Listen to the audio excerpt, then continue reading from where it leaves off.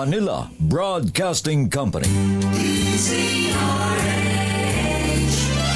DZRH, member, kapisanan ng mga broadcaster ng Pilipinas. Member KBP.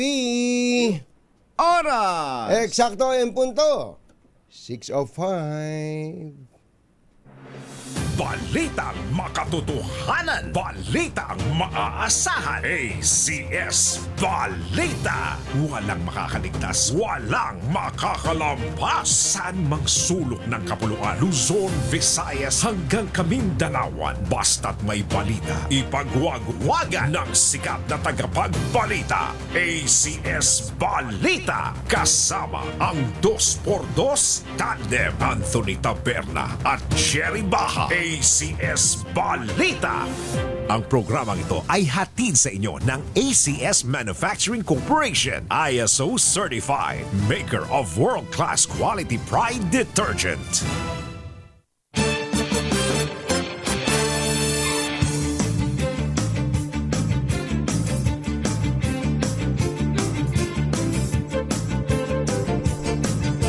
Araw ngayon ng Martes, December 16, 2025.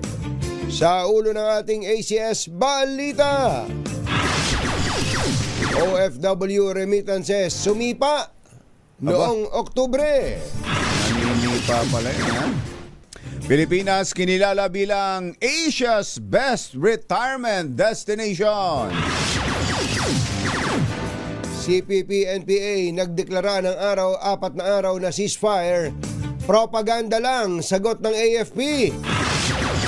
Taas presyo sa gasolina, rollback sa diesel at kerosene o marangkada na.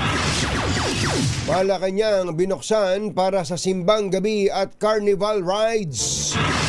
At Intel officer ng Philippine Air Force binaril ng patrolman sa Zamboanga City. Love triangle, tinitingnang motibo. Magandang umaga, Luzon, Visayas at Mindanao. Good morning, Philippines. Hello, world. Kami po ang inyong mga tagapagbalita. Ito po si Jerry Baha. Ito po naman si Anthony Taberna. At ito ang ACS Balita. ACS Good News. tumaas po ng 3% ang cash remittances o padalang pera ng mga overseas Filipino workers noong Oktubre. Sa datos ng Bangko Sentral ng Pilipinas, umabot ito sa $3.17 billion, mas mataas kumpara sa $3.08 billion na naitala sa parehong buwan noong nakaraang taon. Sa kabuuan, umabot na sa $29.2 billion ang cash remittances mula Enero hanggang Oktubre, mas mataas ng 3.2% kumpara sa parehong buwan noong 2024. Ayon sa BSP, nananatiling pangunahing pinagmumula ng remittances ang Amerika, na sinundan ng Singapore at Saudi Arabia. Kinilala naman ng Pilipinas bilang Asia's best retirement destination sa 11th Tripzilla Excellence Awards. Pinuri ng Department of Tourism ang nasabing pagkilala bilang patunay ng tumataas na global competitiveness ng bansa bilang isang retirement haven. Si Tourism Secretary Cristina Garcia Frasco ang tumanggap ng parangal at iginit na pinagtitibay nito ang tiwala ng mundo sa Pilipinas hindi lamang bilang isang travel destination kundi bilang pangmatagalang tahanan para sa mga retirado. Ayon kay Frasco, pinatutunayan ng nasabing parangal na patuloy na nakikita ng pandaigdigang komunidad ng Pilipinas ay hindi lamang isang magandang lugar na dapat bisitahin kundi isa ring lugar na matatawag na tahanan dahil na rin sa kultura ng pagmamalasakit at pagiging magiliw ng mga Pilipino. Alas 6:09 na ng umaga, naimbag bigat kada kayo amin na po, agreeing kayon, gising na. Hindi kumasa ang Department of National Defense at Armed Forces of the Philippines sa deklarasyon ng CPP-NPA na 4-day holiday ceasefire. Nagdeklara ang CPP-NPA ng 4 na araw na unilateral ceasefire bilang pakikiisa sa holidays. Ipatutupad ang tigil putukan mula December 25 hanggang 26 at mula December 31 hanggang January 1. Ayon kay Defense Spokesperson Arsenio Andulong. Ang tungkulin ng militar ay tuloy-tuloy Aha. at hindi dapat nahihinto batay sa panahon o okasyon Opo. gaya ng Pasko o Bagong Taon. Yun. Dati nga naman talaga, 'di ba, pati ang gobyerno ay nagdedeklara din ng ganyan Yes. 'Di ba? Oo, Siguro mga ilang taon lang din ang nakalilipas na may mga ganyan. May ganyan talaga. Oo, kaya lang nung nitong mga nakakaraan na halos wala nang Wala na NPA. wala nang NPA, wala nang declaration. Parang sabi niya, ba't ba tayo magdideklara? Wala naman. Siguro nga sabi tuloy ni Sandy Andulong, 'di ba? Yung binabanggit mo. Shota ni Boyet. Propaganda lang 'yan. Parang pinagpaparamdam lang ang NPA, pinoproject na andyan pa sila. Na may pwersa pa sila. Ayun. Sabi ng DND, ha? Ha? Who you? Aba. Tinawag nitong propaganda stunt ng mga Yun na nga. terorista Aba. ang naturang deklarasyon ng tigil putukan. Alas 6:11 ang ating oras. Umarangkada na ang dagdag bawas naman sa presyo ng mga produktong petrolyo. Sa abiso ng mga kumpanya ng langis, may rollback na 20 sentimos sa kada litro ng diesel at gas o kerosene, habang tataas naman ng 20 sentimos ang per liter ng presyo ng gasolina. Noong nakakaraang linggo, tumas din ang presyo ng gasolina ng 1.20 kada litro, habang walang naging paggalaw sa presyo ng diesel at kerosene. Alas 6:11 ng umaga, Lakyam Chap It Hun. Achi, ahya, Mr. Jalamtang, tanghali na. Muling binuksan ng Malacanang sa publiko ang Kalayaan Grounds para sa mga magsisimbang gabi simula ngayong araw, December 16 hanggang December 24. Bahagi ito ng Tara sa Palasyo 2025 kung saan at matapos ang simbang gabi ay magbibigay din ng libreng almusal Uy! para sa mga dadalo. Uy! Tulad ng puto bumbong, Ayan. Aha. bibingka, Aba? fishball, Mhm. kikiam, Fishball meron, mainit kikiam. na kape, Aha. at mainit na tsokolate. Aba, tara na nga. Oo. Aha. Tangerine chocolate kaya itong Yun, tsokolate oo. na ito, Tina. Tuwing alas 8 ng gabi hanggang alas 10 naman ng gabi, maaaring maranasan ng publiko ang carnival rides at libreng makakapanood ng pelikula Aba. na ipapalabas sa Kalayaan Grounds hanggang December 23. Ano bang mga klaseng rides meron dyan? Yung carnival, palagay ko yung nakakahilo na Ferris wheel. Oo, nakakahilo yun. Meron din kaya yung kinatatakutan ko, yung Caterpillar. Ay, grabe. marami nang hinimatay dyan. Marami na hinimatay dyan sa Caterpillar, ha? Kaya, Alas 6:13 ang ating oras. Buenos dias con todos, mga Chabacano. Gising na ba kayo?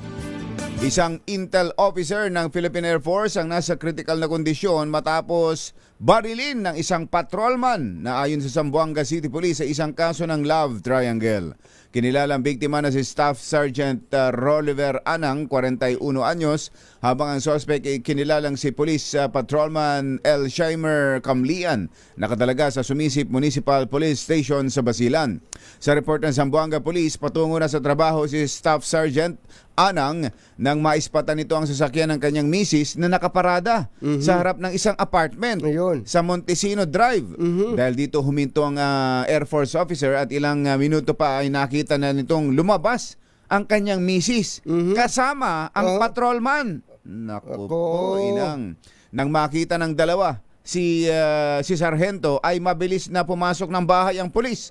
At paglabas ito ay may dala ng baril. Siya pa na Marel. Siya pa, oo. At pinutukan ang mister ng kanyang kasama bago tumakas sakay ng motorsiklo.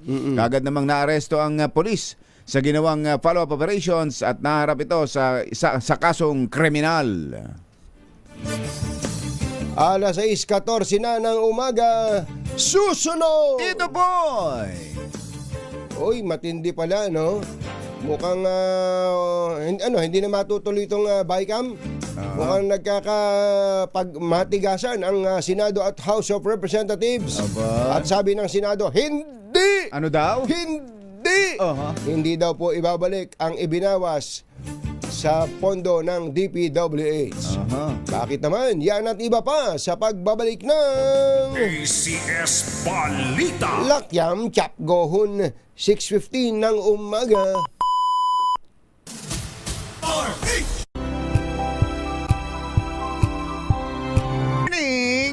Anong araw today, kumbatsero? Today is Laundry Day, Friday! Yuhu! At pag Laundry Day, Friday, all you need is Pride washing machine detergent. May triple stain away formula, kaya tanggal ang makapit, madikit, malupit na dumit man siya, kaya easy ang labada.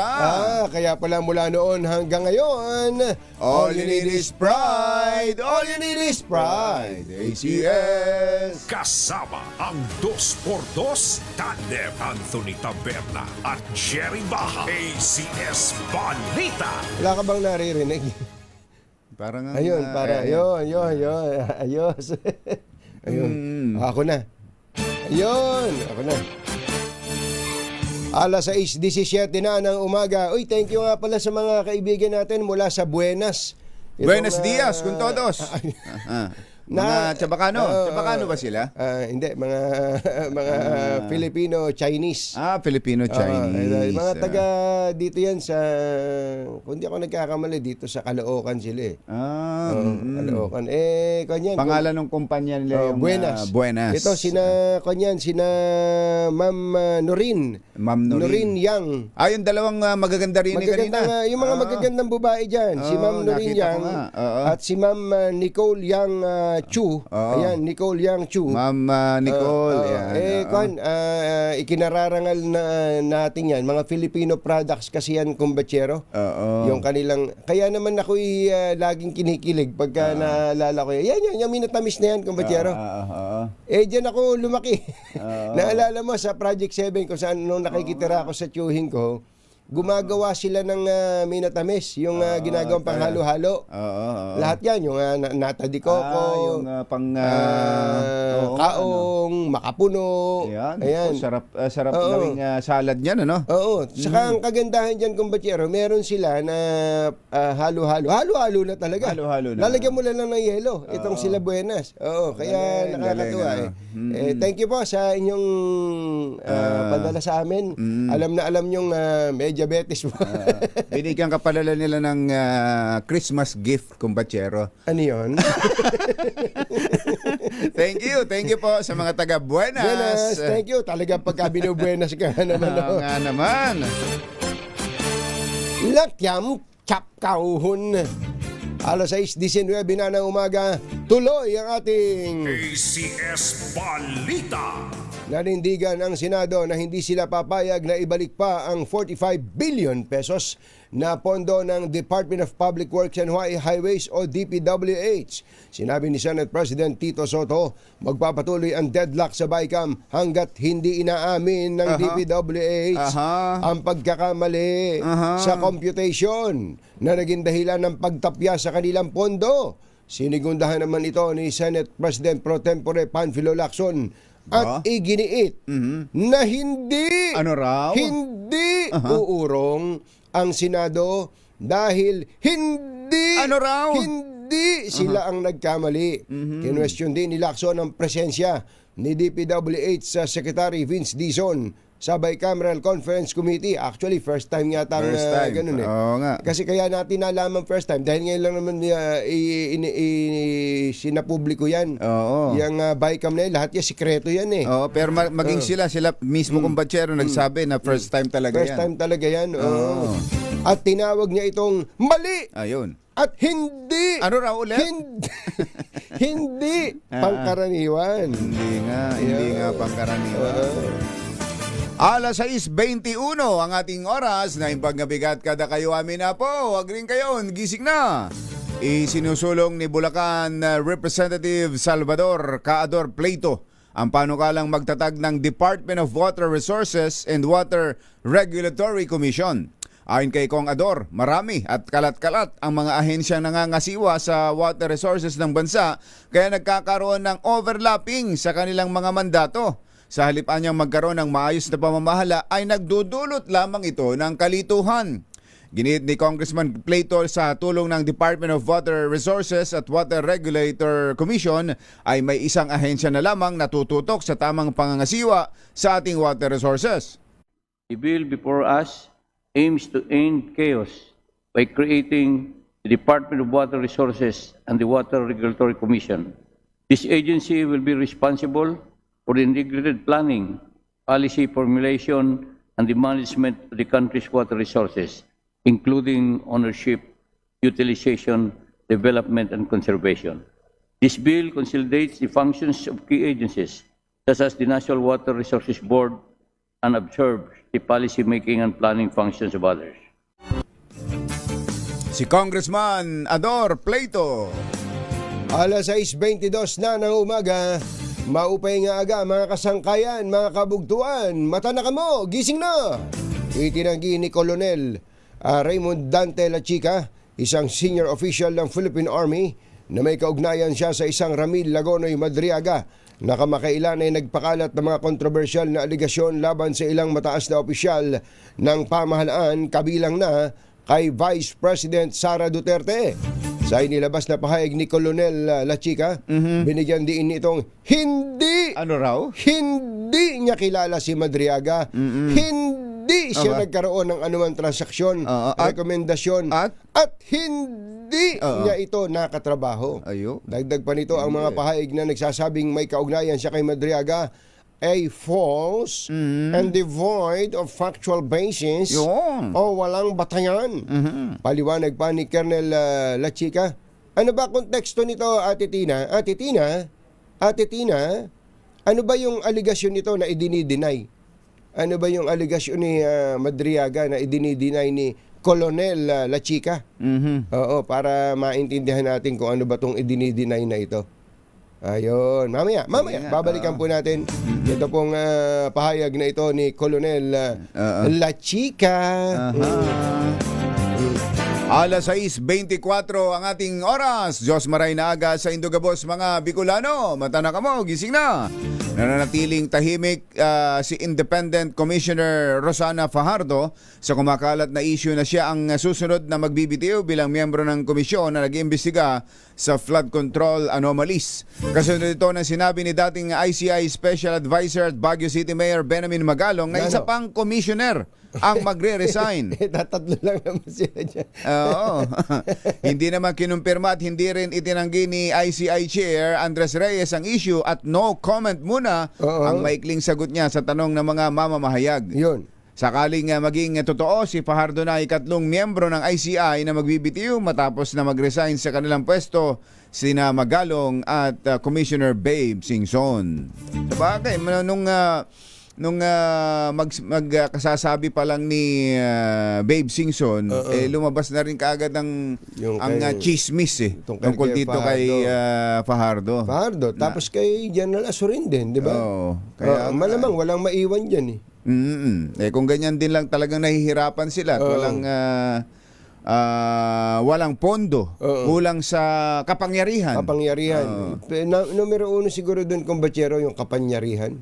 Talaga. Dapat ay binihisan sila ng mga kapangyarihan. Totoo yan. Para naman magkaroon ng saysay lahat ng kanilang gagawin. Parang naging tau-tauhan lang tuloy sila dyan eh. Correct.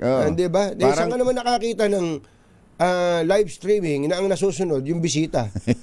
Sige nga, saan ka naman nakakita ng ganon? Pag sinabi ng bisita na ayaw niya, wala magagawa. Ano yun? Ano yun? Kaya nga. Mas makapangyarihan yung bisita kaysa sa may-ari ng bahay. Ayun, ganon nga.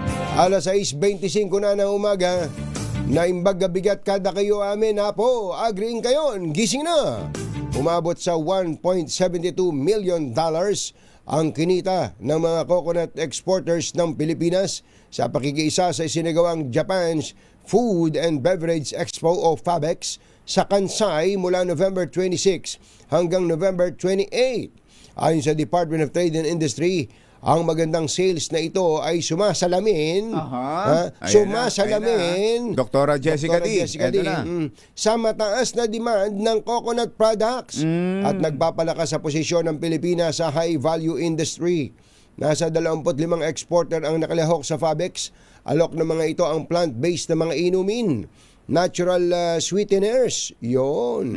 At siyempre, specialty oils at iba pang coconut-based ingredients. Dapat pagbutihan lalo ng Philippine Coconut Authority ang pag-develop ng ating mga taniman, kumbachero eh. Totoo yan. Di ba? Kaya Administrator Dr. Dexter Buted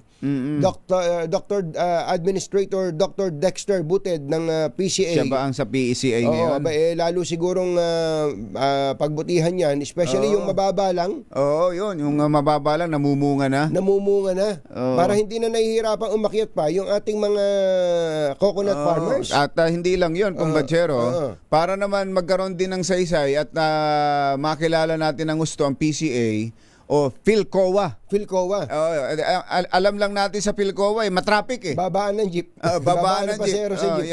Yung lugar na yan, napaka-traffic. Pero hindi natin hindi na alam ng maraming Pilipino ngayon kung gaano kahalaga ang PhilCoa o yung PCA sa buhay ng maraming Pilipino. Talaga, totoo kung ba't tinan mo na sa isang kwan lang to, sa isang expo lang sa Japan, $1.72 million ang sales naman to siguro, Mother. Sales to, Mother, ano? Sales hindi kinita, iba kasi yung kinita sa benta. Dapat naintindihan Pag natin. kinita, nakabukod dun yung puhunan. Yun ang sales. May pamasahe pa dyan na gastos, di ba? Tama. Kung naka-business class pa yung mga taga DTI. Naku, mahirap ma-recover yun. Mahal yun. Medyo, kahit na magbenta ka ng katakot-takot na bukod. Hindi ba? Sales yun. Sales.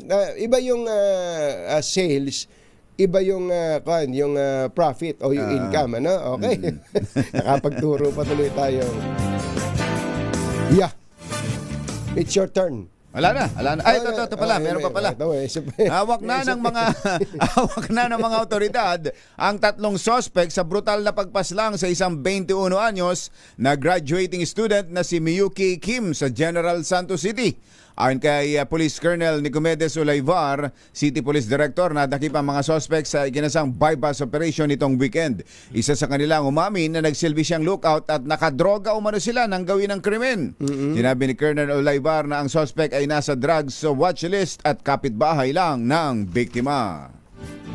Nagatid sa kabuuan ng ating ACS Balita, ito po si Anthony Taberna. Ito po si Jerry Baha. Kasama ang 2x2 Tandem Anthony Taberna at Jerry Baha. ACS Balita.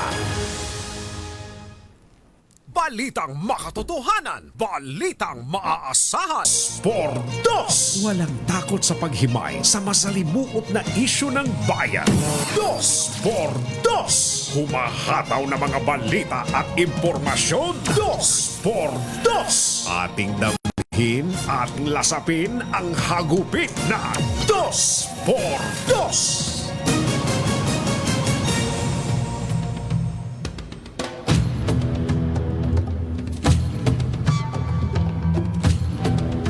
Naharap sa deadlock ang Bicameral Conference Committee sa panukalang 2026 National Budget kaugnay sa 45 bilyong pisong bawas sa budget ng Department of Public Works and Highways. Nais ng DPWH na ibalik ang binawas na halaga na sinusuportahan naman ng Malacanang at Kamara, ngunit matatag ang paninindigan ng Senado sa desisyon nitong bawasan ng 45 billion pesos ang budget ng DPWH. Dahil dito, ipinagpaliban ng Senado ang 3 araw ng BICAM para resolbahin ang issue sa DPWH at Kongreso. Sinabi ni Senator Sherwin Gatchalian, chairman ng Senate Committee on Finance at co-chair ng BICAM, ang binawas nilang budget ng DPWH ay batay sa kalkulasyon na isinumiti ng ahensya matapos iutos ni Pangulong Bongbong Marcos ang pagbawas sa halaga ng mga materyales sa mga proyekto ng pamahalaan. Isyu ng bayan. Katotohanan. 2x2. Maitim ang balak, magtago ka na. 2x2. Si Jerry at si Anthony, narito na. 2x2. Hahataw ng todo, urado ka. 2x2. Ang katotohanan, dala nila. 2x2. Walang sinasamba pali, maniwala ka. 2x2. Hataw ng husto, tol, umasa ka. 2x2.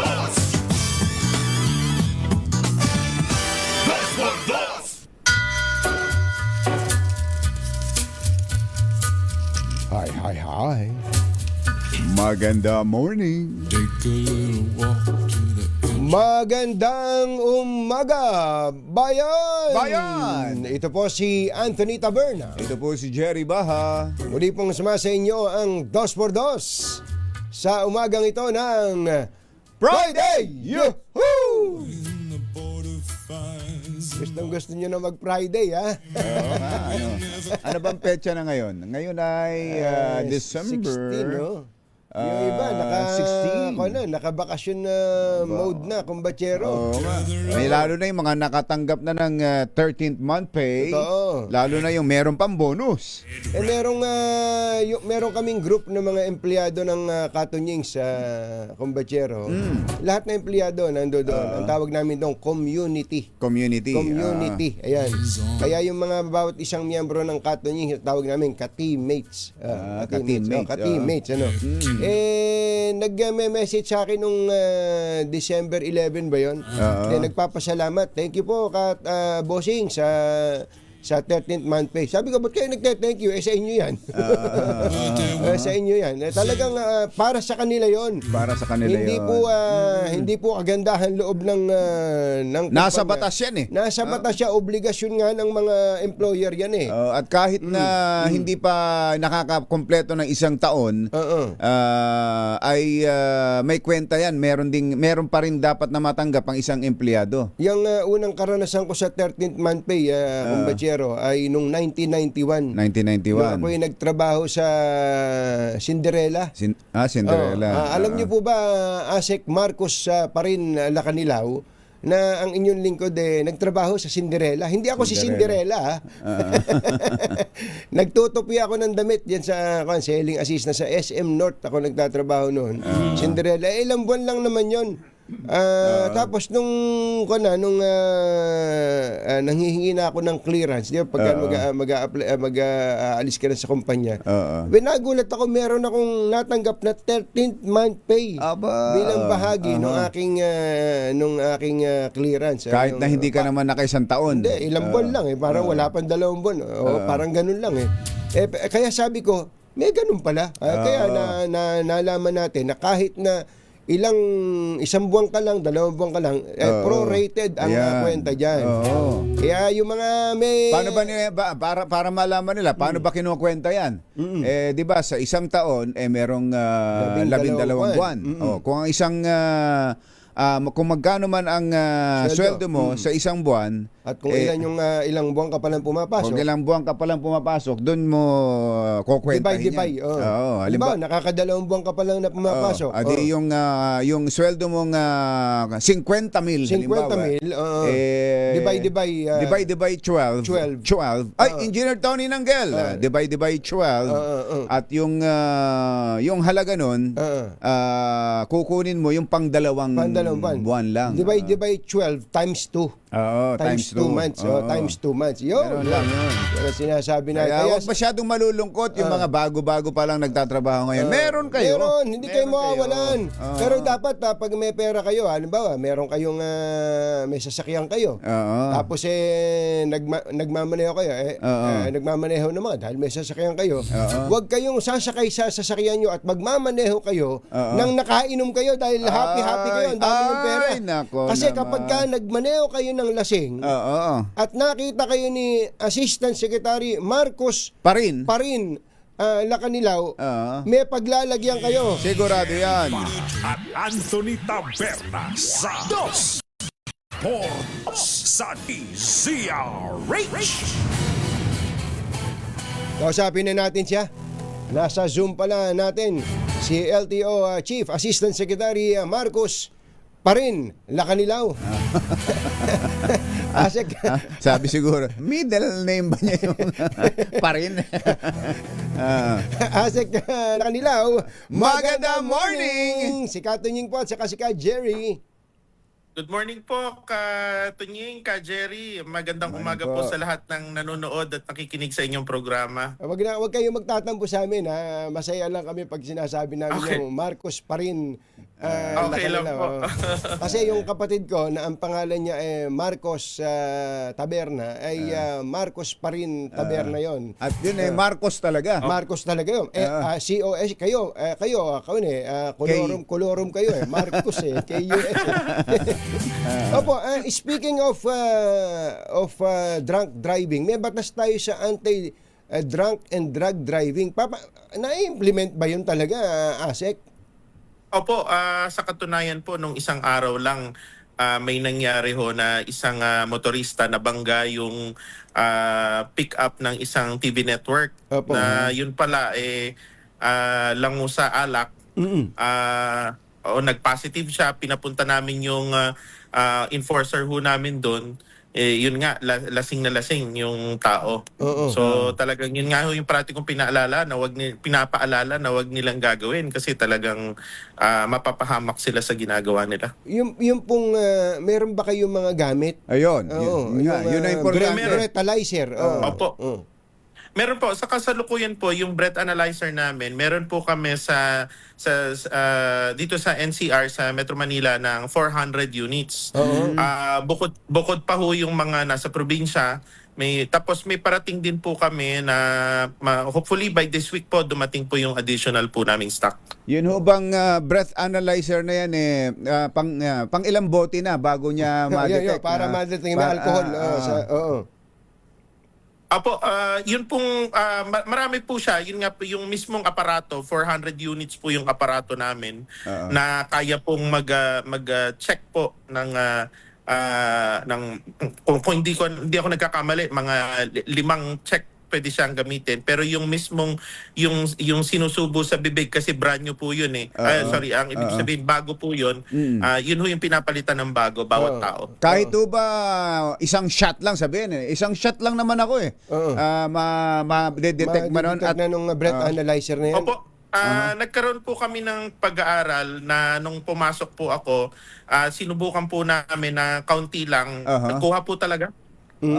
Talaga. So kahit hindi baka sabihin kasi mayroong nagpapayabang. Pare, hindi ako lasing. Hindi ako lasing, pare. At alam mo ba, kayang-kaya ko pang magmaneho kahit naka isang case na ako ng beer.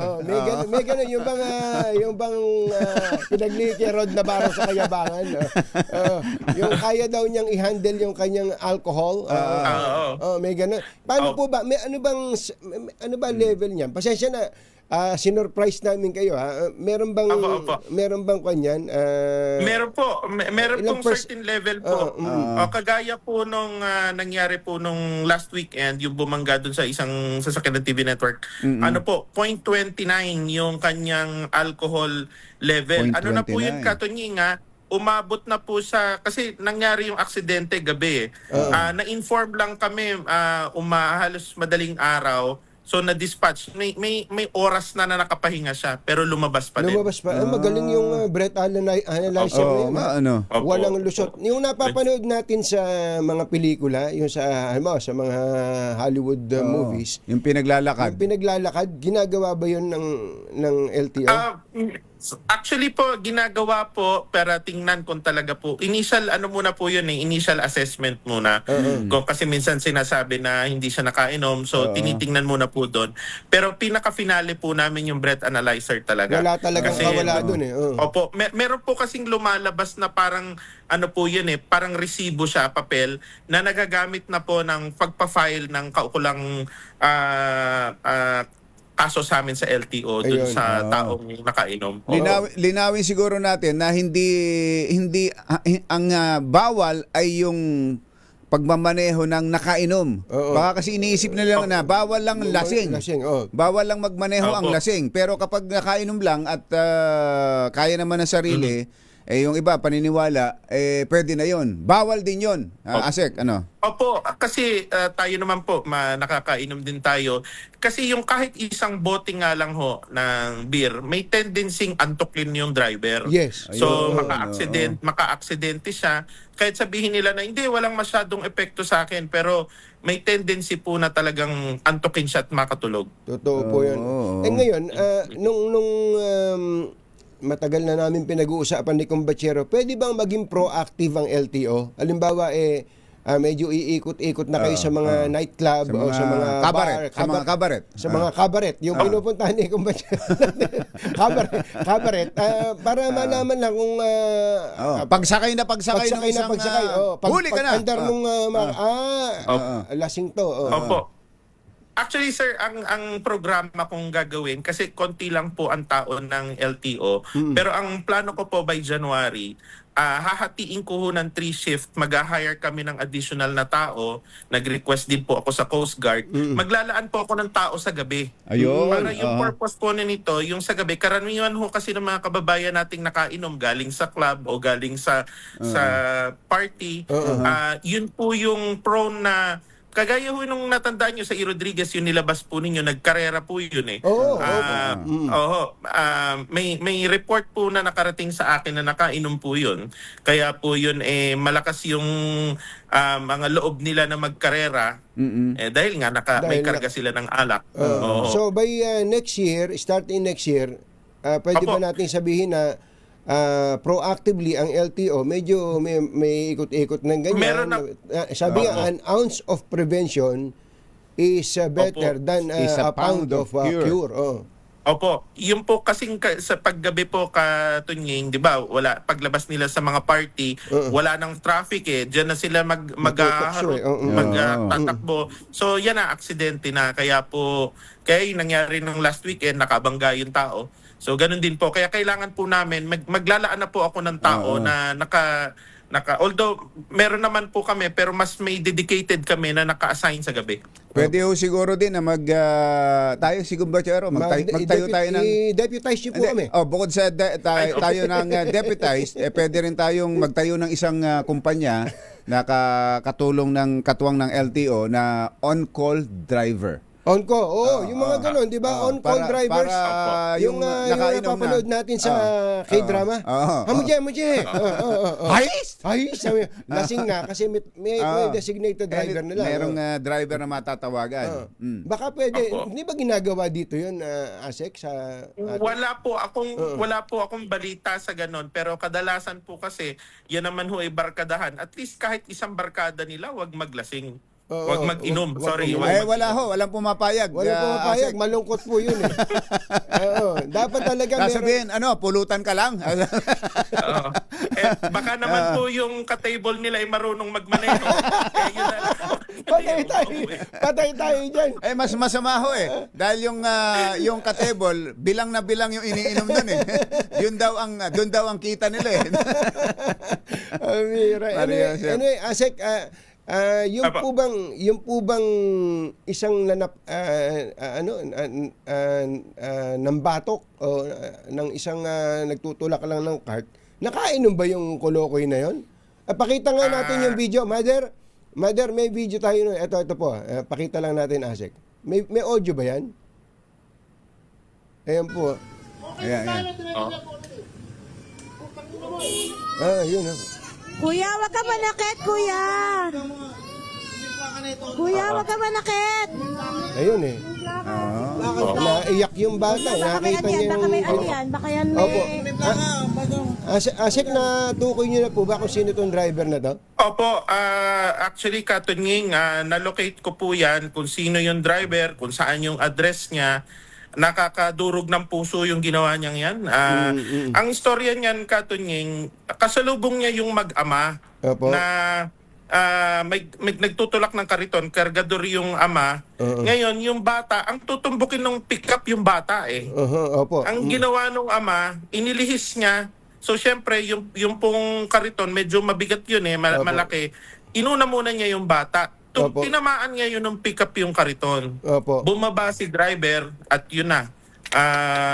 pinagmumura yung mag-ama, sinapok yung tatay sa harap ng bata. Buti na lang ho, malaking bagay yung mga tumulong, yung nag-video. Opo. Kasi talagang katunying abuso ito. Walang disiplina yung ginawa niya. Hindi sa naawa dun sa bata. Tayong Pinoy kasi katunying pagka syempre, 'di ba, kahit anong galit natin, nakita natin may bata, mag-aano tayo magmemelo tayo Totoo, pero totoo. ito kakaiba ho itong taong to. Tapos yung sinaktan ng isang tao yung ama niya, di ba? Makikita ng bata, pambihira. Iba rin ang dating sa bata noon, Asik. Traumatic. Yes, sir. Saka sinisigawan niya, minumura niya. Opo. Siyempre, pati yung bata, sir, sila pareho So, hindi ho katanggap katanying. Pasensya na, pero itong medyo matindi itong taong to. Ito'y walang karapatang magmaneho. Opo. Ano po pangalan niyan? Pwede ba nating banggitin yung pangalan niya? Nasa phone ko po pero ang opo. first name ho Carlo. Carlo. Oo. Suspended na yung license niya, no? Oo, naka-alarma ho yung sasakyan niyan. Suspendido yung license niya habang pong i-hearing namin. Pero hindi po ibig sabihin yun na ang desisyon. Magkakaroon po kami ng desisyon niyan after po ng hearing sa Miyerkules. Oo. Opo. Bukas po pala. Bukas Miyerkules. Opo. Opo. So, Bukas. ibig sabihin na baka may mga nanonood sa atin mga driver, kahit nakababa ka ng sasakyan mo, hindi ka naman nagmamaneho, anong violation nun? Parang wala siyang karapatang magmaneho, parang ganun. Paalala ko nga po sa mga tao nun, sinabi ko nga po sa mga kababayan natin na yung road rage, yung pagbaba sa sasakyan, tapos lalo nang mananakit ka, ay hindi namin pababayaan ng LTO na gawin mo yan. Kasi talagang yung pribilehiyo mo sa lisensya mo ay talagang mawawala sa iyo pagka ginawa mo yung mga ganyan. Kagaya ho nito, napakalinaw nito. Last na lang po, Asek, meron kayong plano na gawin? Naniningil pala ang LTO pagka yung motorsiklo ay merong box sa likod? May sinisingil pala ang LTO doon? Opo, ganito po yan. Yung pong mga top box natin sa likod ng motorsiklo, yun po pala ay nagbabayad ng mga kababayan natin ng 100 pesos per year. So, medyo mabigat po yun.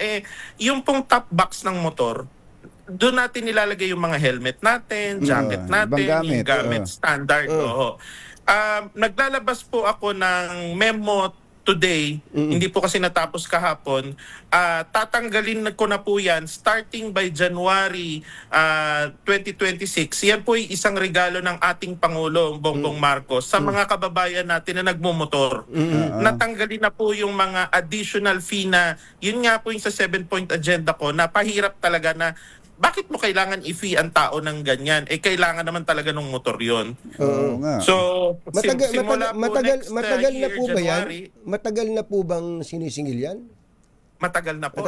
Matagal na po. Ang bihira, Hindi natin alam, Akalain mo, sa dami ng rider, tapos dami ng motorsiklo, tapos merong parang matik, may lagayan ka ng helmet mo, bayad ka na pala doon, times 10, times 100 kagad per year yon. Per year po yun. Per year. Kung yung iba mga kababayan natin, 3 yung box, yung mga naka-GS, 300 yun. Although mayaman sila. Pero syempre, every year, 300 yung binabayad nila. Ang kawawa yun pong mga pobre na naghahanap buhay, mayroong box sa likod. Mabigat po yung 100 kada taon kasi kahit paano savings na po nila yun Tsaka, yun po, starting po by January, wala na po yan. Wala na po kayong babayaran na 100 pesos additional sa rehistro ninyo yung para sa top box. Doon sa mga malaking bagay yan. Doon sa mga nagbibiyahe ng Angkas, Move It, at iba pa na may top box. Sandalan din yun nung naka-angkas. Kaya medyo para protection din yan. Protection para sa safety rin ng naka-angkas yun .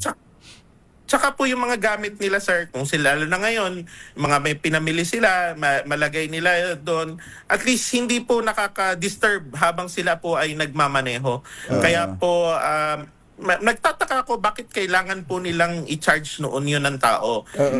Kaya po, nung nagkaroon kami ng suhestyon, agad naman pong inaprubahan ng yun nga po ng ating Pangulo na ito po ay tulong din para sa mga tao. Kaya ito po yung regalo ng ating Pangulo sa mga nagmumotor nating kababayan para naman po mabawasan man lang yung yearly na binabayaran nila kahit ito'y 100 pesos pero mabigat malaking Hindi, saka, savings na rin nila. Teka muna, Sek, gaano karami ba ang nagpaparehistro na motorsiklo taon-taon? Sa motorsiklo po, sa ngayon sir, umaabot ng monthly po Monthly. Monthly ang motor na nadadagdag sa atin na almost 500,000. 500,000? Buong Pilipinas. 500,000 di times 12. Di, gaano ba yan? Kayo na nga magkwentas. Mga 6 million? 6 Opo, million. ano lang po yun Katunying yung bagong pumapasok. Wala pa yung mga lumang dati. mga nandito na. Oo. So pag sinama po ninyo yan, medyo malaki po. Kasi kung kunwari lang yung 6 million na lang yung binanggit ko. 6 million times 100, that's 600 million. 600 million pala yun? Ano, 600 million na i-give up na ng gobyerno dahil pabigat ito sa ating mga kababayang nagmumotor. Opo, malaki po siya pero marami naman pong pinagkukunan na iba ang LTO pero ito po kasi yung unnecessary na talagang nagpapabigat po na meron naman pong sa registration naman ng motor meron namang kinikita ang gobyerno dito pero ito po talagang additional na medyo nakakabigat po. Yes, sir. Opo. Naku, may phone-in question po dito. Bago lang namin kayo pakawalan. Totoo ba na kapag ka ang sasakyan ay mamahalin at ang halaga ay 6 million pataas, ay hindi na pwedeng iparehistro kung saan-saan, kundi dyan na sa opisina ng LTO main? Opo, ganito po yan. Yun yung mga brand new po yan. Brand new na sasakyan, 6 million po pataas dito na sa central office. Nung araw po nangyayari yan na dito sa central office para na-check talaga, naiiwasan yung nangyari sa Bugatti, naiiwasan yung nangyari sa Diskaya, na kung saang-saang area po na parehistro na kahit walang proper tax payment, nakalusot sa LTO.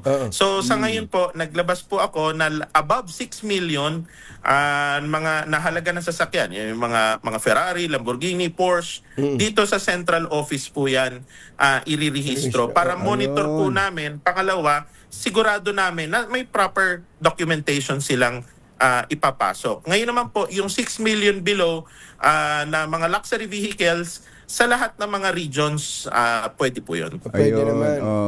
Ayun. Opo. Eto may phone-in question din dito.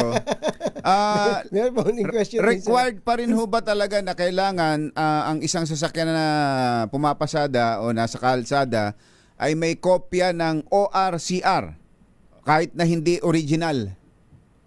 Opo, required po talaga kahit Xerox copy lang na siguraduhin po nila na meron po silang dala-dala sa sasakyan nila. Kasi kung ano man po ang mangyari, ma-involve po sa aksidente yung sasakyan, may pagkakakilanlan yung sasakyan habang nag-iimbestiga yung mga otoridad po natin. Ito pala kasi nagtatanong, nanalo ng motor sa raffle. Hanggang ngayon daw walang papeles, hindi niya magamit.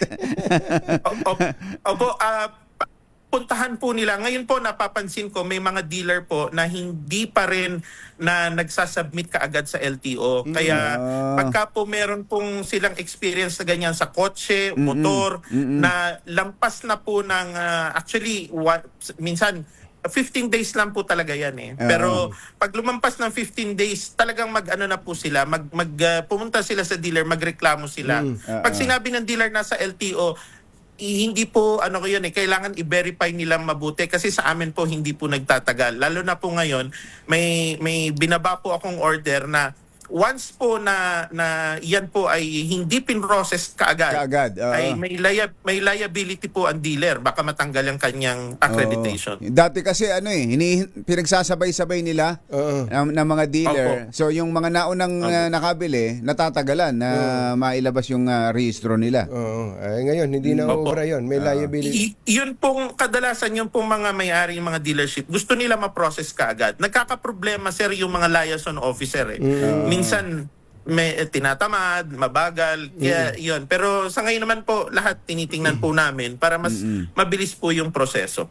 Yes, sir. Yes, sir. Asek, maraming salamat Thank po, you, Asek. Asek Marcos Parin, Lacanilaw, sa pagkakataon. At balita namin, pupunta kayo sa airport para... Opo, yung magsasalubong po ngayon po nung ating mga OFW galing pong abroad. Lahat po kami, ng mga karamihan po ng kabinete ng ating Pangulo, ako nga lang po yung pinakamababa doon, ma-invite po nila na mag-join. Kasi ang LTO po, yun nga, tumutulong po kami doon sa mga OFW po natin na yung mga lisensya nila. Okay. Asek, salamat po. Ingat po kayo. Salamat Thank po. you. Asek. Salamat po. Si LTO Chief Assistant Secretary Marcos Parin, Lacanilaw. Ang mga kumbatsero ng bayan, Katunying at Ka-Jerry. 2x2.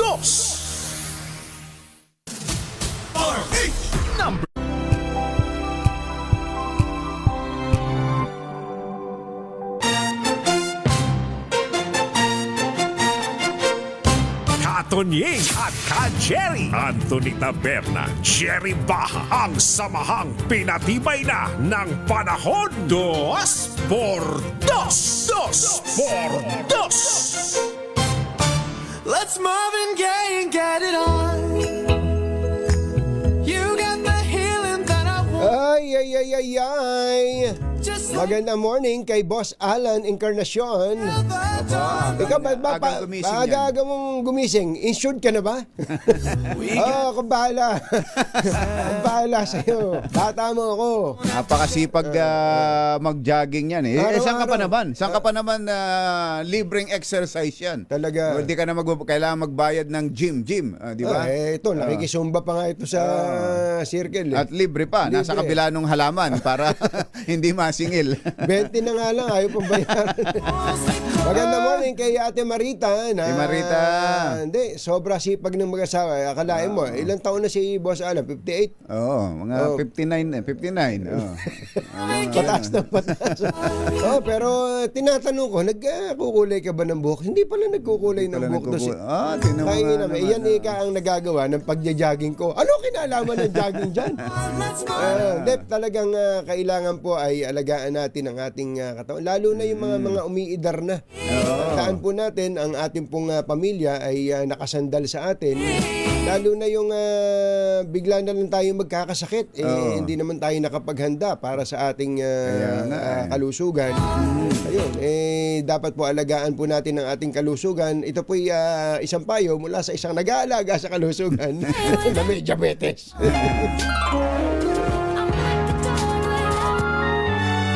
Kauna-unahan sa Pilipinas. Manila Broadcasting Company. DZRH. Member, kapisanan ng mga broadcaster ng Pilipinas. Member KBP. Oras! Kapopoy, 10 minuto na makalipas ang 7:00 ng umaga. Balitang bagong-bago. Balitang dapat alam mo. Balitang magdadagdag ng talino. Dahil bagong impormasyon. Makibalita. Unang-una sa DZRH. Pangunahing balita. Kasama ang 2x2 tandem ni na Anthony Taberna at Jerry Baha. Mainit. Sa ulo ng ating mga pangunahing balita, BICAM para sa 2026 budget ipinagpaliban dahil sa deadlock sa budget ng DPWH. Day 1 ng simbang gabi, dinagsa ng mga Katoliko naging mapayapa. PNP inilabas ang listahan ng 31 paputok na bawal gamitin sa pagsalubong sa bagong taon. Special Investigation Team binuo ng QCPD sa nawawalang bride-to-be. Lisensya ng driver na nanakit sa amang nangangalakal, sinuspende ng 70 araw. Bagyo, Cebu Love nangunguna sa search list ng mga Pinoy sa Facebook. Magandang umaga, Luzon, Visayas at Mindanao. Good morning, Philippines. Hello, world. Kami po ang inyong mga tagapagbalita. Ito po si Jerry Baha. Ito po naman si Anthony Taberna. At ito ang... Panday Balita.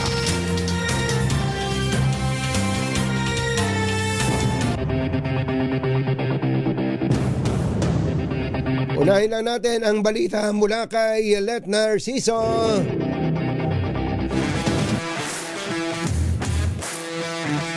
May lakad ang Pangulong Bongbong Marcos. Pupunta siya sa NAIA. Bibiyahe ba siya? Aba, Bibiyahe ba ang Pangulo? sasakay ba ng aeroplano? Sasakay ba siya ng aeroplano? Ba't siya pupunta sa NAIA? RH14, Let Narciso. Come in, Let!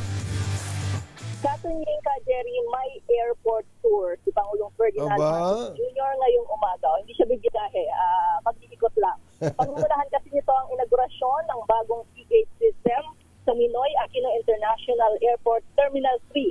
Sa pamagitan ng bagong sistema, mababawasan daw ang oras ng paghihintay dahil sa scanning at facial recognition technology sa arrival at departure areas. Ito, pinapakita natin, Let, yung pictures ng e-gates. Ang ganda, no? Ang ganda, ang ganda. Yung parang nakakataas ng yabang, parang nakaka-proud. Oo, kasi parang sa ibang bansa, di ba? May mga ganyan na. Ang proyekto ay pinondohan ng New NAIA Infrastructure Corporation, pero ang Bureau of Immigration ang mag-o-operate ng Seagate system. So, hindi pala gobyerno gumastos nito? Ano yan? Hindi. NNIT. Aba, tinan mo nga, at no cost to the government. Yan, oo. Ayan. Pero yung operational components ay Bureau of Immigration. Na-testing mo na ba, Let? Ha? Na-testing mo na ba? Hindi ba bibiyahe? Malapit pa lang kami. Bubuksan pa lang. Bubuksan pa. May dala ka bang passport? Yung passport mo, dapat binipit mo. Nakalimutan ko. Oo, hindi. Kasi observation ko dyan, yung ating mga kababayan, hindi pa masyadong kasi nga sa Terminal 1, mayroon na yan. Pero yung ating mga kababayan, gusto pa rin na pumipila doon sa mga personnel ng immigration. Ang kaibahan yata nito, Let, hindi pag-arrival, halimbawa, pag-arrival, wala na yung boarding pass. Hindi katulad nung lumang e-gates na Hinahanapan. Saka naman nakakitang nakauwi ka na, nakasakay ka na nga ng aeroplano, nahanapan ka pa ng boarding pass. Boarding pass. Ito, passport na lang, tapos biometrics mo na lang, yung mata mo at saka yung nunal mo sa ilong. Oo, facial recognition technology. Yun. Yan daw, yung sistemang yan ay gawa ng Amadeus, Global Travel Technology. Di ba gumagawa ng kape yan? Oh, tsaka kan may kanta dyan Amadeus. Amadeus. Amadeus. Amadeus.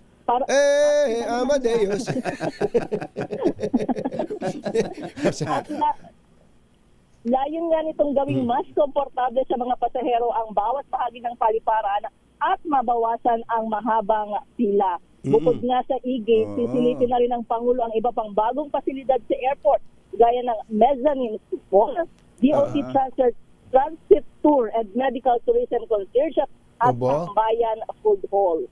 May mga bagong pasilidad. Ayan, food village. Yung food village, Ayan, Ayan ang mga... Ang ganda, Ang makakasama, Ganda. ang makakasama ni Pangulong Marcos sa aktibidad, si NNIT President Ramon Ang, Transportation Secretary Giovanni Lopez, Immigration Commissioner Joel Anthony Viado at Manila International Airport Authority General Manager Eric Ines. Yes, ma'am.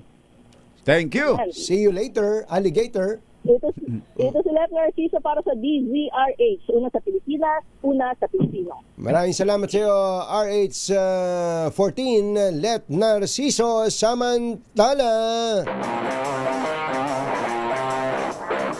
meron palang sunog dyan sa Tondo at Oy, naku naman. nasa 50 pamilya pala ang nasunugan dyan. Yan ang medyo malungkot. Napakalungkot yung ganitong panahon eh, pa masunugan. masusunugan ka pa, no? Ay, nako, sabi nga nila, manakawang ka na ng 10 beses. Huwag ka lang masunugan.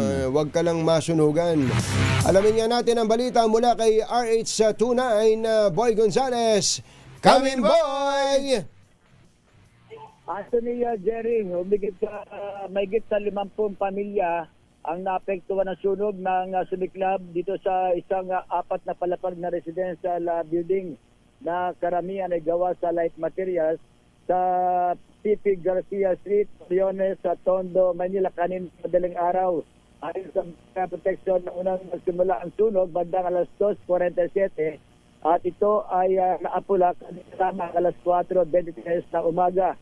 Ang gusali ay pagmamayari ng pamilya Jean de la Cruz at tinitira ng mga pamilya de la Cruz at tinatayang nasa 300,000 ang halaga ng pinsala at sunog. Ayon sa Bureau of Protection, walang naitalang nasawi o nasugatan sa residente Gayman. Umabot sa 11 bahay ang bagya na sunog habang 9 na bahay naman ang lubos na ang takbo. Tinatayang nasa 100 at 50 individual na kasalukuyan pasamantalang nanunuluyan dito sa barangay 123 Covert Court. Sa ngayon ay binigyan na ng pang-almusal ng mga tauhan ng MTSW ang mga residente dito. Kausapin ko lang saglit si Director Jerez de la Fuente. Validate nyo ilang lahat po bang pamilya? Sa ngayon, ongoing ang validation natin, Boy. Meron tayong mga 60 families na. Kasi mga 20 structures to na nasunog. Mga 60 families, di pa tayo tapos. Siguro aabot to, estimate lang aabot siguro ng mga 70 hanggang 80. Ano po nga tulong na binigay ng Manila LGU? Ito ngayon, kasalukuyan napapakain tayo ng sopas, ng breakfast, ng mineral water. At ngayon, pinapahanda ko na rin yung mga modular tent para pansamantala may tutuluyan dito sa cover court. At mamaya magpapalunch tayo, dinner. Tuloy-tuloy yan, Boy, for 3 to 5 days na pakain. Tapos anytime, mamaya magdadala na tayo ng goods para ibigay sa kanila. At yung financial assistance, pakatapos ng validation, saka na tayo magbibigay ng financial assistance. At si Yormi na mismo mag-aabot sa kanila ng financial assistance. Okay, salamat po. Yan, si Anthony, yan is si Director J. Reyes de la Fuente ng Manila Department of Social Welfare. Kaano ba siya ni Weng de la Fuente? Kapilido lang. Kapilido lang ni Ate Weng de la Fuente. Si J. Reyes de la Fuente, ang direktor ng MDSW. Ito si Boy Gonzales para sa DZRH, una sa Pilipinas, una sa Pilipinas. Pangunahing balita.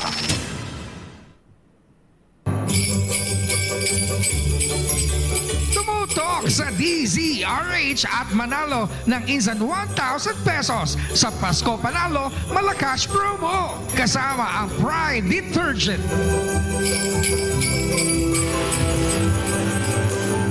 Sa Barangay Guadalupe Viejo, Makati, ay may nanalo na. Aba, kinamanga naman. Mabilis naman ang pangyayari. May nanalo na. Andon si RH6 Sherwin Alvaro. Sherwin! Gagagaling ka, Jerry. Magandang umaga dito nga sa Guadalupe Viejo. Tignan mo naman, napakaaliwalas ang umaga, pero mas magiging maaliwalas ang umaga ng winner natin na dito nakatira sa bahay na ito. Na tignan mo naman, nakatutok ang kanilang TV sa DZRH. Ayan o, kitang-kita ang kanilang TV na naka-tune in sa DZRH. Kaya pangalan nyo po, Morning, Ato G! Good morning! Jonathan Gutierrez po. Yes, Kuya Jonathan Gutierrez. Kuya Jonathan, palagi ka nakatutok sa DZRH. Oo po. Magsimula pa lang kay Anthony sa kay Jerry Taberna. Nako, magandang umaga sa inyo. Sa partner ni Sir Jerry sa Kato News. Ayan o, at sabi mo, palagi na, hindi lang kayo nanonood, pati mga kamag-anakan nyo. Lahat, ayan. Nakikinig po kayo, nasa ibang bansa. Aba, pati sa ibang bansa. Tsaka di po yan, kay YouTube po yan ngayon. Mga nakatulong sa inyo. Ay, binabati ko mga kapatid ko, nasa ibang bansa. Sa California. Sa California, Yung kapatid ko si Bobet. Sa Austria. Aba, Yung sa Guam, yung kapatid ko, Kuya Randy ko. Kuya Randy. Kuya Boy. Kuya Boy. Canada, si Sheila. Si Sheila, baka makalimutan mo. Ay, Baka may makalimutan ka pa, baka mamaya masingil ka. yung mga hindi ko napanggay na. Basta lahat kayo. Kumusta lahat? Kasama kayo sa premyo ko to. Kailangan ng DCRH. Ay dahil talagang solid na nakikinig at nanonood ka, eto meron kang 1,000 pesos. Yay! Ayun! Ayos! Maraming salamat, Kuya Jonathan. Opo, maraming salamat po. Sir Jerry, Kato Ning. Sino ba yung nasa likod mo na yan, Kuya Jonathan? Kapatid ko po, Buso. Yan. Ano pangalan? Ito po yung misis ko. Ito misis. Ayan. Ito, siya ko. Yan. Aba, si nanay. Nanay. Yun. Ay, pinabati ko yung mga anak ko sa ibang bansa. Si Dudes, si Ruby, Ruby. si Leo, si Berna. Nakatutok din sila sa DCRH doon. Sa Dubai yun, sa Dubai. Sa Dubai. Naka YouTube sa ibang bansa. Ayun, marami Global talaga. Maraming At dahil- salamat. Global ang mga nanonood sa atin. Ito, ano ang ating word of the day? Deadlock. Deadlock. Deadlock. Ito dahil deadlock ang ating word of the day. Ito meron kang DCRH Mini. At syempre meron din kang DCRH t-shirt. Yun. At ang siksik, liklik, umaapaw na DCRH Noche Buena Basket. At hindi lang yan, meron pa kayong pinakamalaki. Dahil tingnan mo naman, andito yung washing machine, naka-ready na. Ready na. Naka-ready na yung washing machine. Ito meron kayong meron kayong Pride with fabric conditioner, Korean strawberry bloom, detergent powder, pinakamalaki, pinakamapula, pinakamapango, pinakabagong Pride detergent. Inyong dalawang kilot. At hindi talaga gumagamit ng Pride. Talaga naman. May sarili. May sarili. Matutuwa ang mga taga-Pride dyan, no? Ayan, congratulations sa inyo. Opo, maraming salamat po. Thank you, Kuya Jonathan. Salamat sa pagsubaybay lagi sa DCRH at sa buong pamilya. Thank you. Ayaw po. Maraming salamat po. Thank you. Sir Jerry, maraming salamat. Thank you. Maraming salamat sa mga nais manalo ng 1,000 pesos. Laging tumutok sa DCRH. Baka kayo lang susunod nating winner sa DCRH Pasko Panalo Promo. Kasama ang Pride Detergent. Ours number 6, Sherwin Battle para DCRH. Una sa Pilipinas, una sa Pilipino. Mga nangunguna at mga bagong balita sa DZRH. Pangunahing balita. Oras po natin sa bagong retiro, sa bagong retirado na si Ninong Dong Tolentino, 7:24 ng umaga. This time check. Sa DZRH. Pangunahing balita.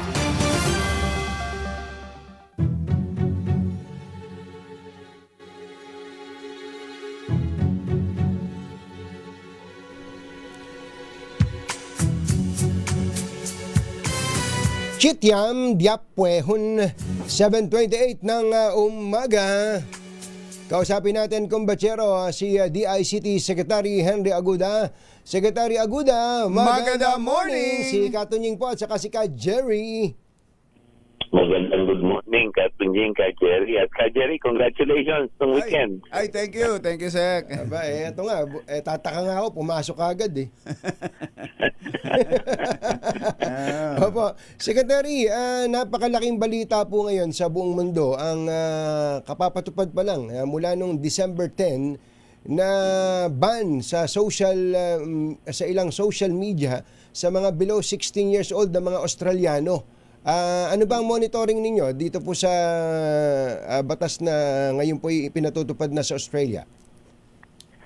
Siguro, as a background, yung batas na pinatupad sa Australia, amendment yon ng isang existing law sa Australia. Sa Australia kasi meron na yung e-Safety Act. Yes. So, idinagdag lang nila doon yung minors below 16. Hindi hindi pwede sa social media. So ano yan, kakaiba yan sa buong mundo. Kasi doon sa Europe, meron din sila yung Digital Safety Act. Pero hindi binaban yung mga below 16. So yung Australia medyo matindi yung nung protection sa mga bata. Ang sa kanila, ang policy nila, hindi lang dapat pinoprotektahan yung mga bata. Dapat wala.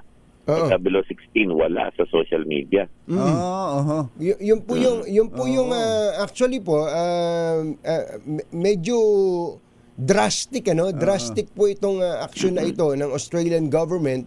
Pero mukhang may mga gagaya na. Ang Malaysia daw po ay magpapatupad din ng kaparehong batas, Secretary. Hindi lang Malaysia, pati EU. Si EU naman, nagre-reconsider na rin sila. Gusto na rin nilang iban yung below 16. Alam niyo kung bakit? Kasi yung dahil sa AI, ang dali ng mag-deepfake ngayon. Kukuha ka ng picture halimbawa ng bata, tapos mamomorph na. Let's say bata 14. Doon sa imomorph niya ngayon, magmumukha ng 18 o kaya 19. Tapos yun na.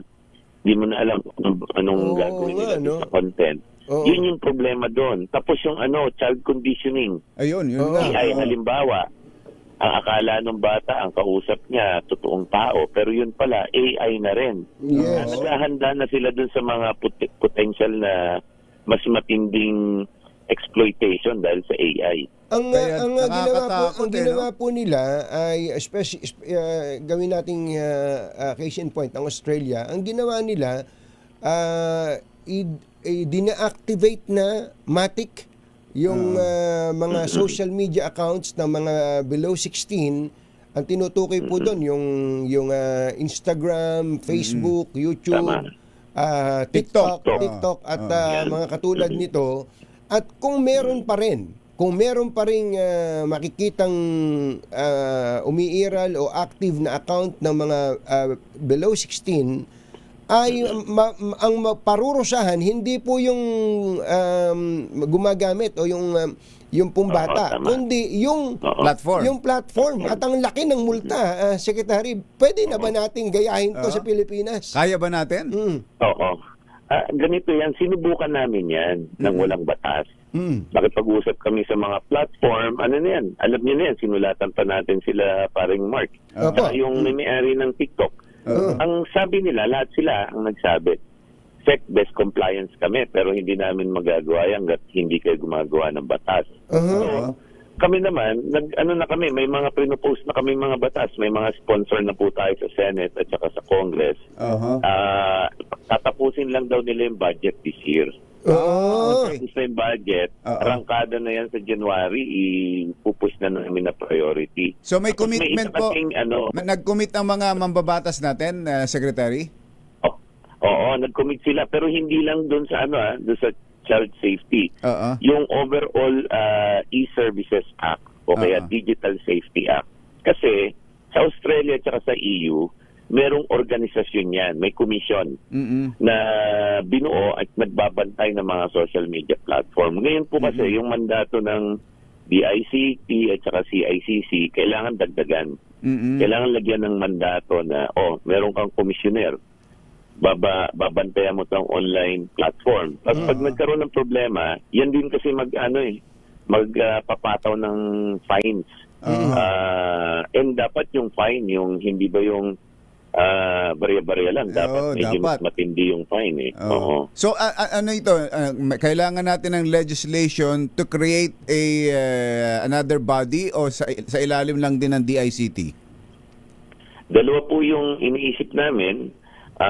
Pwede nating extend yung current mandate ng CICC, yung Criminal Investigation Coordinating Council, or mag-create talaga ng isang focused na organization. Alam niyo, kung ako yung tinanong niyo, medyo last month, sasabihin ko, pwede na nating extend yung mandate ng CICC or DICT, pero nung nakita ko yung mga latest developments sa AI, sa deepfake, ay baka kailangan may focus specialized group na yan lang ang binabantayan dahil sa totoo lang, ang hirap binabantayan namin ubos na kami kababantay. Hindi, totoo. So parang a unit or an organization under the ICT. Oo, sana. Para coordinated ka na, privacy, telecoms, at saka yung cybercrime. Sa amin naman lahat yan So magdagdag ka na rin ng isa na i-regulate yung mga platform. Ang dami na kasi. Dapat, tignan mo to Jerry. Yung mga media broadcast company, nagpaparegister sa NTC. Bawat isa yan. Yung reach ng mga platforms, mas malalaki na Totoo. Dapat high time na i-regulate na natin yan. Tama po yan. Okay. Teka, bago mo lang ituloy yan. Sige, So sabi nyo kanina, nag-commit na ang mga senators and congressmen. Ang Malacanang ho ba ay may commitment na rin at para ito'y i-certify as urgent or priority? Oo.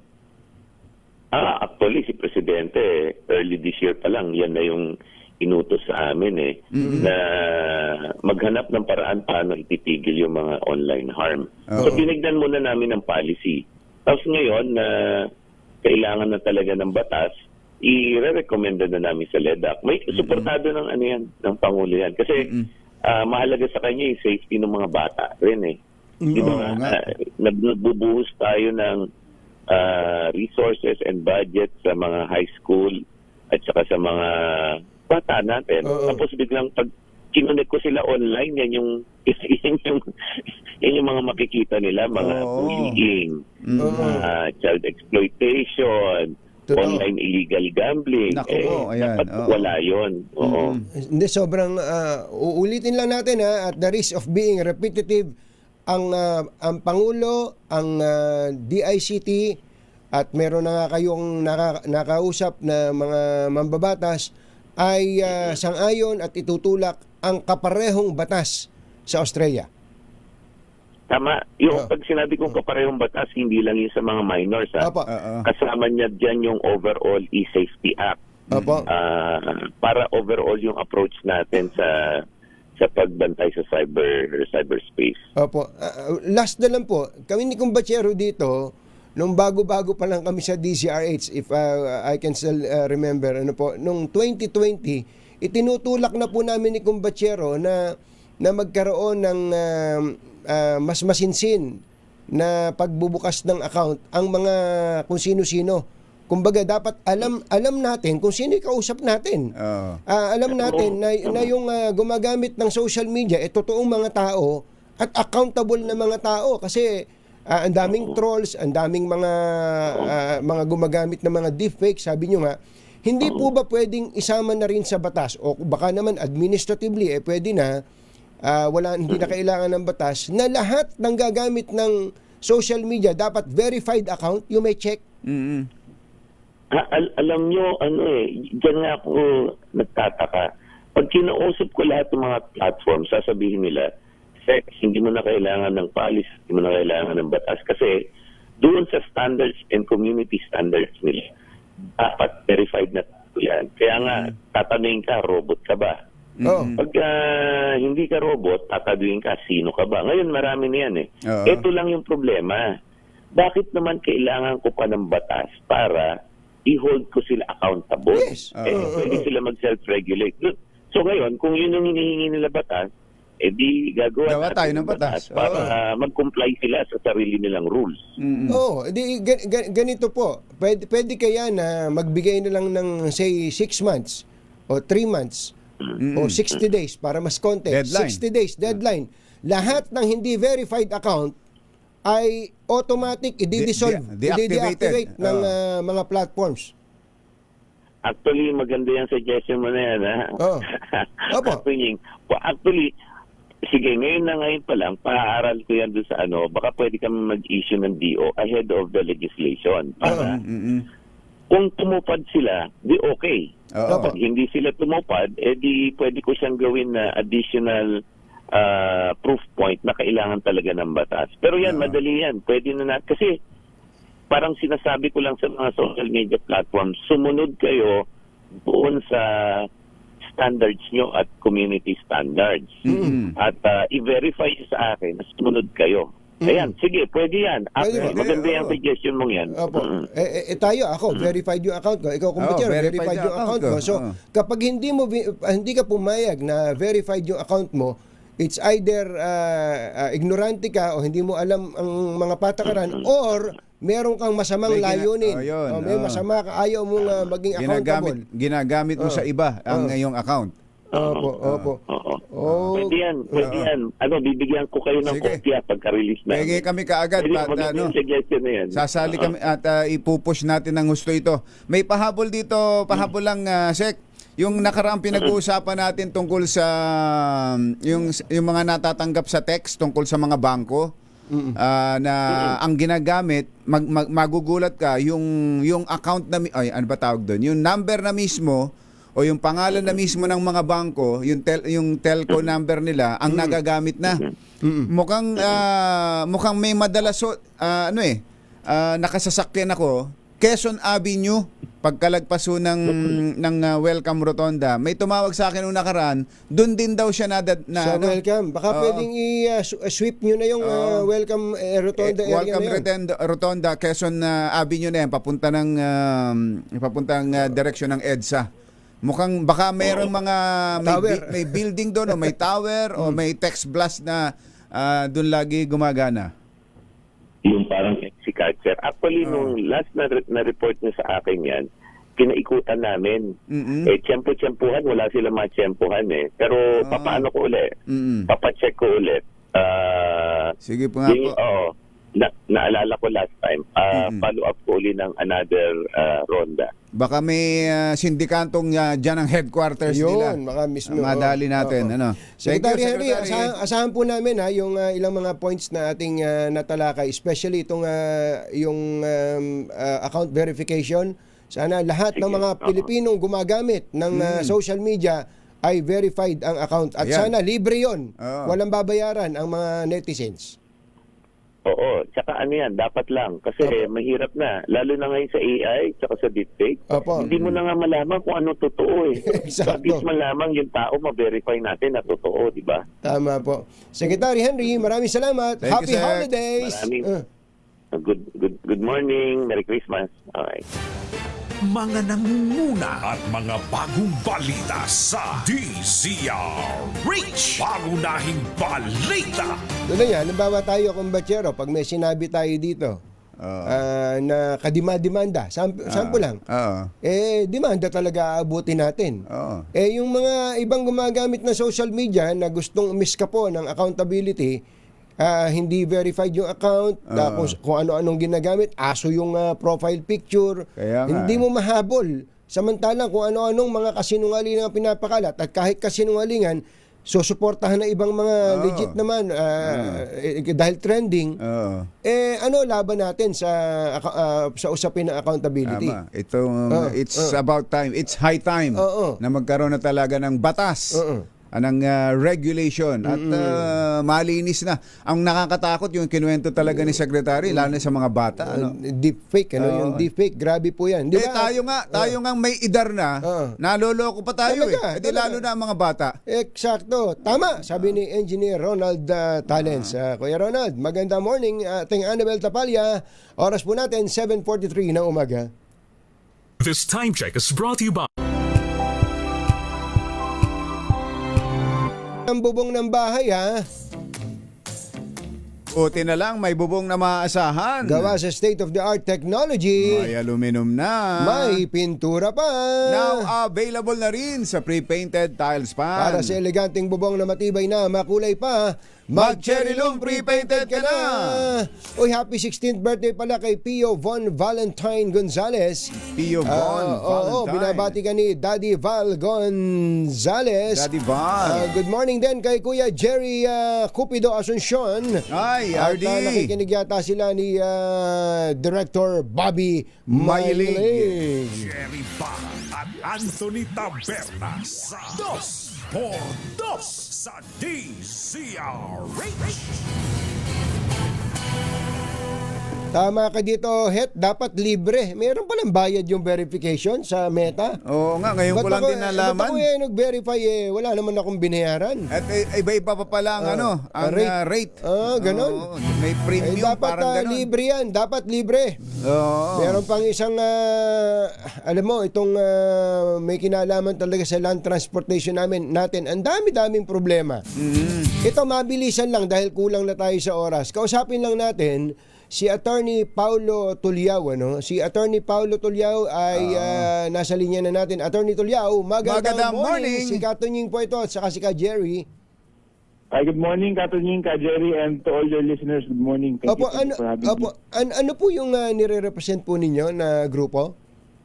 Ako yung lawyer ng SCCI, yung one of the consortium na nagbibigay ng insurance sa lahat ng pasahero dito sa bansa natin. Ayun. So, every time na pasahero tayo na sumakay sa public utility, insured sila consist of our company. Napaka-importante po ng insurance, especially sa mga pasahero natin. Meron palang mga pasahero na pagka na-aksidente, hindi nakaka-claim. Meron po. Dahil sa mga fly-by-night, yung ibang mga insurance companies, ganon. Yes. Yes. So dapat may accredited lang na mga insurance companies na tinatanggap at yun lang ang kinukuha sa sistema ng mga public utility vehicles. Yes, that's correct po, Jerry. As of now, there are two consortiums na accredited. Before, there are two consortiums na accredited for the past decade. Dalawa lang. And then, ngayon po kasi bigla naging tatlo. Okay. For the past decade, dalawa lang at para maintindihan namin, dalawang insurance management na accredited na insurance commission. Tapos parang sa ilalim po ng bawat insurance management na ito, ilang insurance companies? Under the law po kasi, under the law and yung mga nilalabas ng Circular Insurance Commission, at least 12 members dapat per consortium. At least 12 na totoong insurance companies, ha? Yes, totoo. Hindi, baka naman sinulat na yung pangalan, hindi naman pala totoong insurance company yon. So, dalawang insurance management po ito na okay naman, gumagana naman itong SCCI management at ano pa po yung isa? Yes. Yung ito is yung PAMI, pero I represent SCCI po. Opo.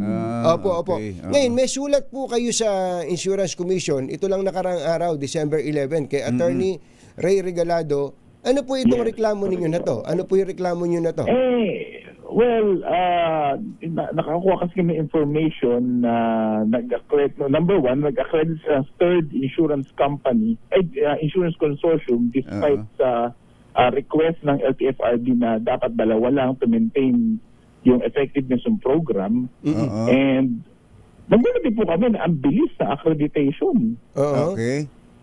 Yun po. Kaya we have no choice but to write sa Insurance Commission na parang to inform lang us. Kasi number one, dapat dalawa lang. Second, ang bilis ng accreditation. And third, and the most important issue na napansin namin, yung accreditation was not publicized, which is against the practice.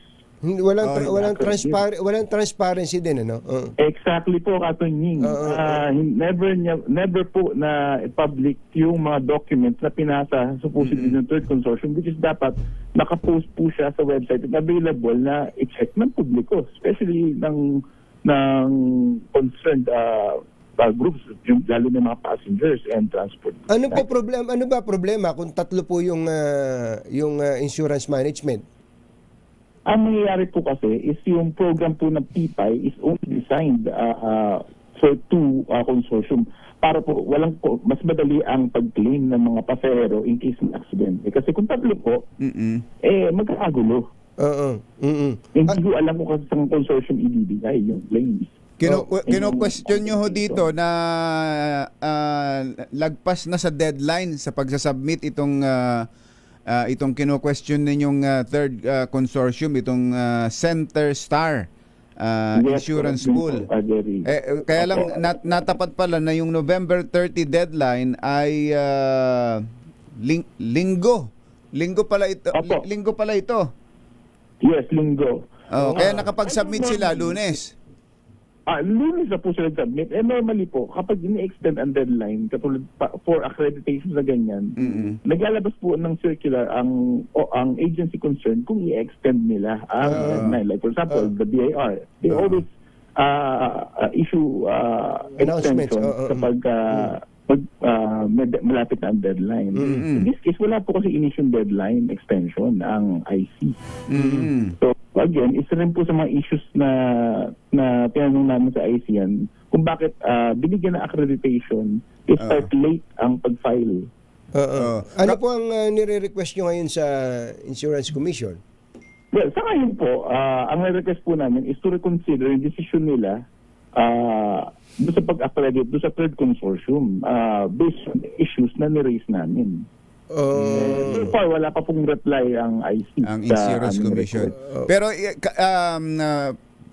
tatanggapin na ba kaagad ng LTFRB yun, attorney, kahit na kapag inaccredit na ng IC, nangangahulugan ba yun na pasok na siya kaagad sa sistema sa LTFRB?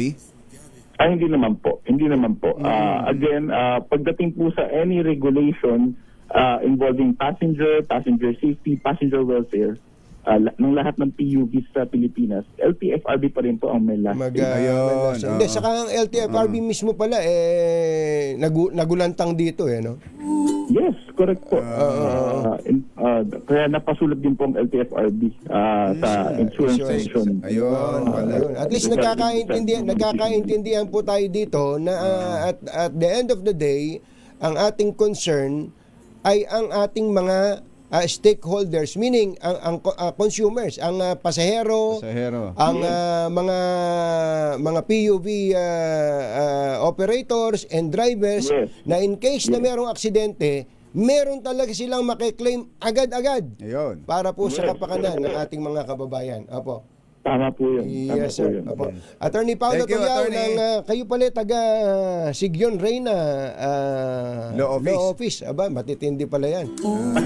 Maraming salamat po, Attorney Paulo. Magandang morning. Sabi po ka, Attorney Jerry, maraming salamat po. Si Attorney Paulo Tuliao, na dapat lang na nababantayan natin ultimo itong mga bagay. Naku, ang dami na pong mga kaso. Ang tagal na nang naging problema yan sa ganyan, sa insurance na ganyan. Isipin mo kung Chero, panatag ka na makaka-claim ka. Dahil alam mo, insured ka. Tapos, hindi ka makaka-kolekta ng insurance. Anak ng bakang dalaga. Bye! Happy weekend! Woo! Damdaming bayan! Susunod na! Above the chimney top, that's where you find me. This time check is brought to you by ACS Manufacturing Corporation.